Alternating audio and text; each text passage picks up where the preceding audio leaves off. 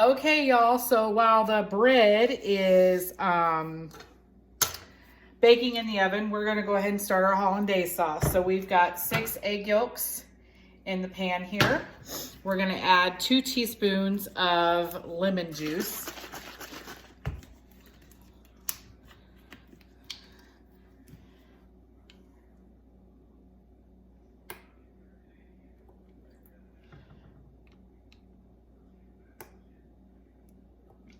All right.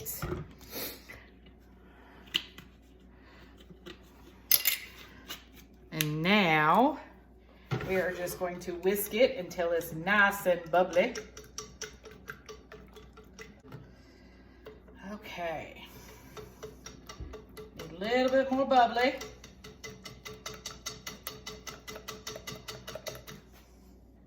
I think that'll do. Okay. And, oh, I forgot to cube up my butter. I'll be right back. Okay, so I've cubed up 12 tablespoons of butter. Now we're just gonna turn the heat on low. I got some serious flameage going on here. Hold on. I think my plate here might be off center. There we go.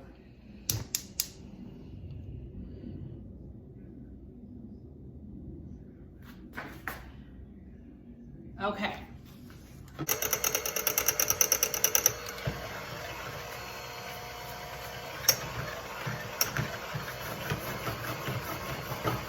You want to keep the pan moving because you don't want to cook these yolks.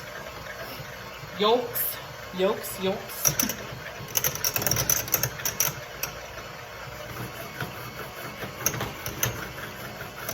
Nice thing is you can just move the pan and hold the mixer in place. Okay, y'all, we got about a minute left and it's thickening up. This is about what it should look like. So we're gonna go ahead and turn this off.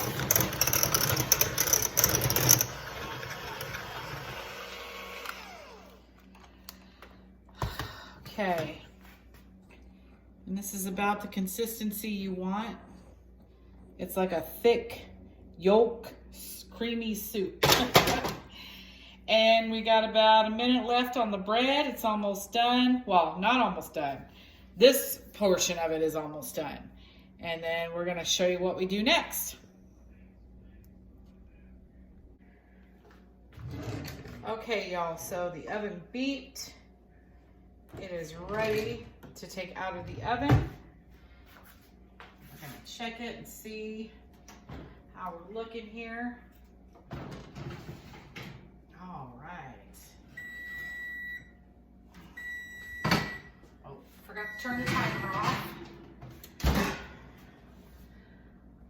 Okay. So let me get you guys over here. Take a closer look. Okay, so this is what it looks like. It's still a little jiggly. It's not all the way done yet. But now we're gonna brush the top with butter. So I need to melt some butter. Okay, the butter is melted. And we're just going to brush the top here.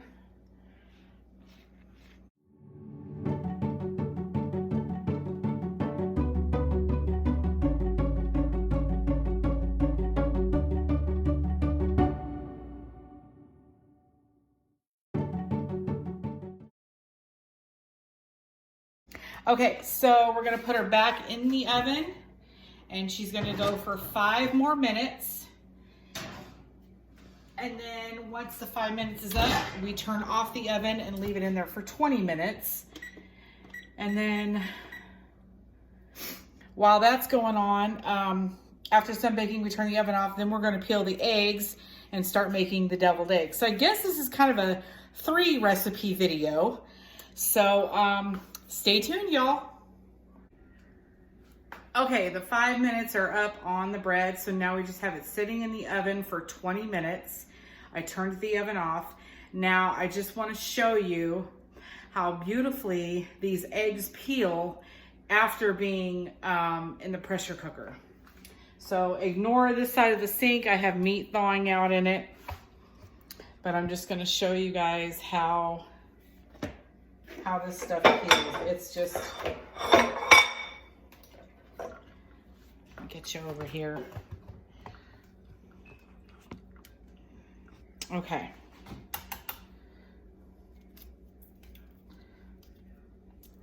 Of course, sometimes they don't want to start out.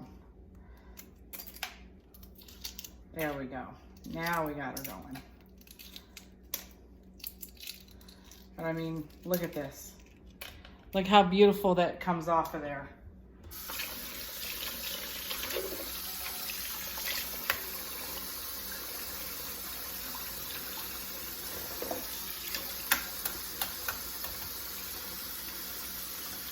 I mean, it's a no fuss method. So if you guys don't have a pressure cooker, I mean, and you have trouble with your eggs, this is the best way to go right here. Okay, y'all, 12 out of 12 eggs. I mean, look at that. Perfect. So now we are just going to cut these in half, and we're gonna drop the yolks in the bowl here, because our hollandaise sauce is done.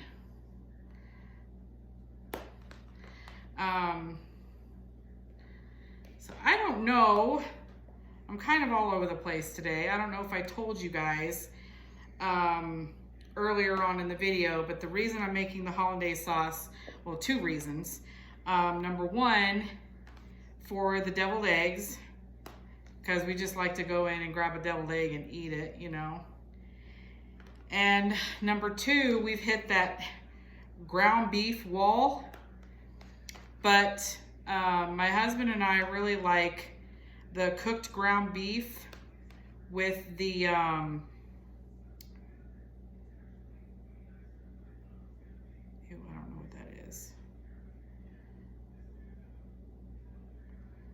in the white. What was I saying? We like the cooked ground beef in a bowl with the hollandaise sauce. It adds a lot to it. So, because when you're just eating plain old ground beef, it really does get monotonous and boring. And when you're on a budget and you're trying to do a triple B&E challenge, that kind of keeps you from going the whole 30 days. But I'm trying my hardest to stick to it, because I, to date, have lost 20 pounds. My blood sugars have finally dropped below 120. They're actually below 110 now. They're anywhere between 90 and 105. Every day. I check them in the morning and at night. So far, you know, it's really been working for me.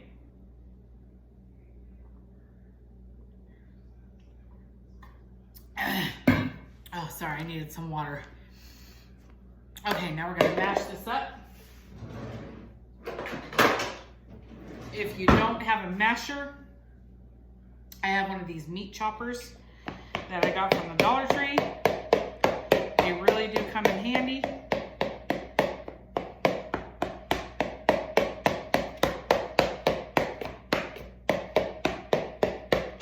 They're also good if you're wanting to make guacamole too. I use this to make guacamole. Guacamole salsa for my guacamole. It's like a guacamole salsa and lime chicken. It's really good. Because, you know, in the olden days, we used to use a fork to mash up our egg yolk. Well, not anymore. Okay, I'm going to show you guys a trick to keep stuff from sticking to the inside of measuring cups, measuring spoons, things like that. This is also what I do with heavy cream. it really works. Okay, we're just gonna set that here. Okay, and we're gonna pour 1/4 cup in here.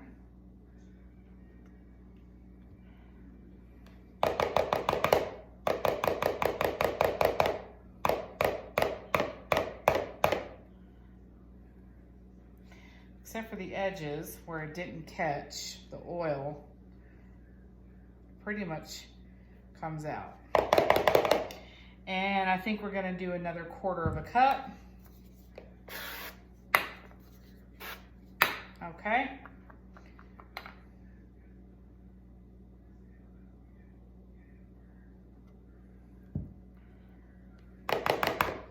If you look, see, it's just sliding out. But because these are collapsible measuring cups, they have the little ridges in here, so it catches. All right.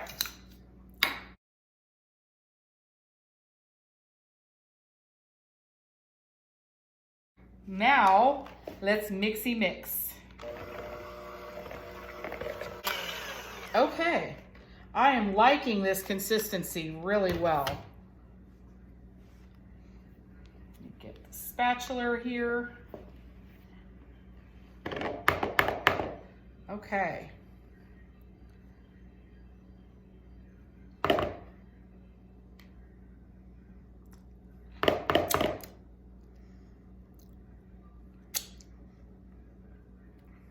Oh my God, y'all.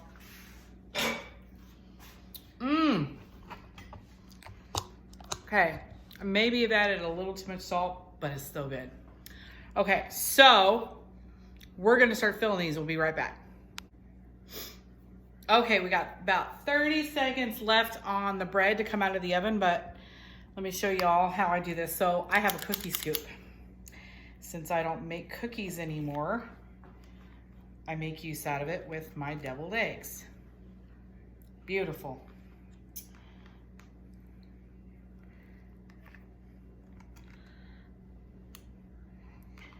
Okay. Whoop, bread's done. Let's see what it looks like. Okay, we are going to need another pot holder to set the bread on. Okay. Turn the timer off.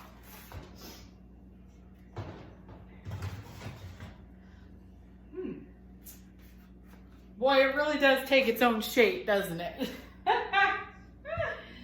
Oh, that's funny. Okay, hold on, guys. All right. Okay, so this is what she looks like. Oh, I don't know why I put these over here.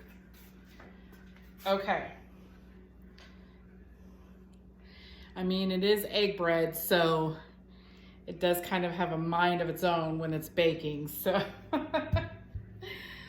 But no matter how ugly or funky it looks, it is still delicious.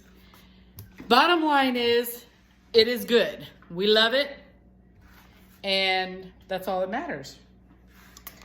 So we're gonna finish these deviled eggs, and then we are going to slice into this bread, and we will be right back. Look at that, gorgeous. Perfect scoops every time. Okay, y'all.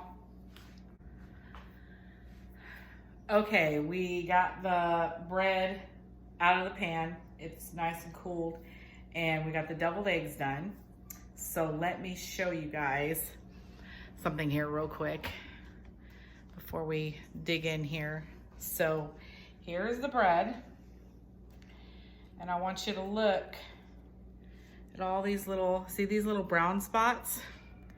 That's all that grated butter that was in there, okay?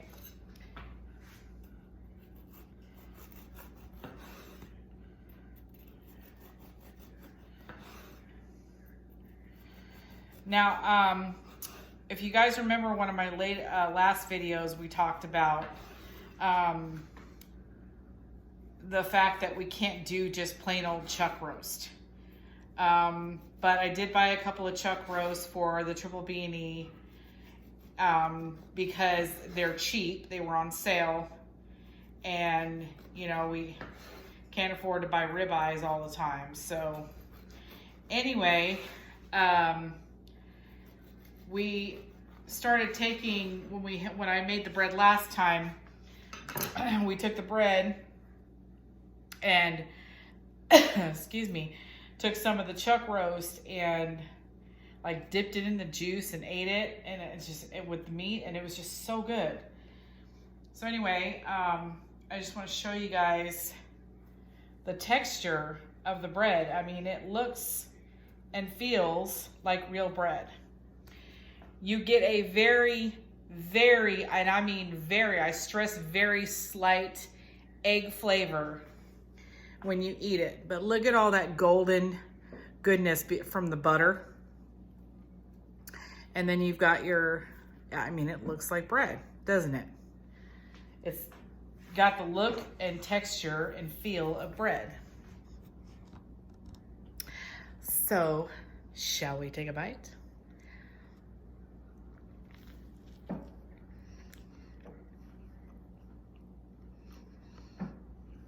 So good. I can't even tell you. I prefer it with butter on it,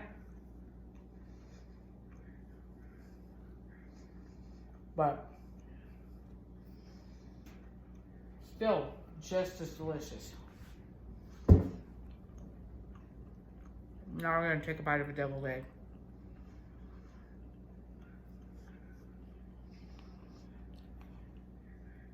My husband says they're a little salty, but not too bad.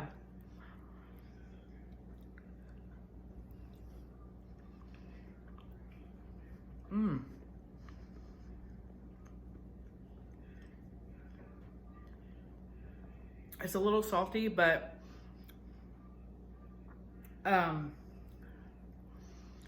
when you have the cooked egg whites that have no flavor to them at all, it balances out. So good. Oh. Anyway, so that's it. So that's 3 recipes using eggs. And so in all, out of all the eggs, because I made 12 deviled eggs, I needed 6 for the bread recipe, 6 egg whites, and 3 egg yolks. And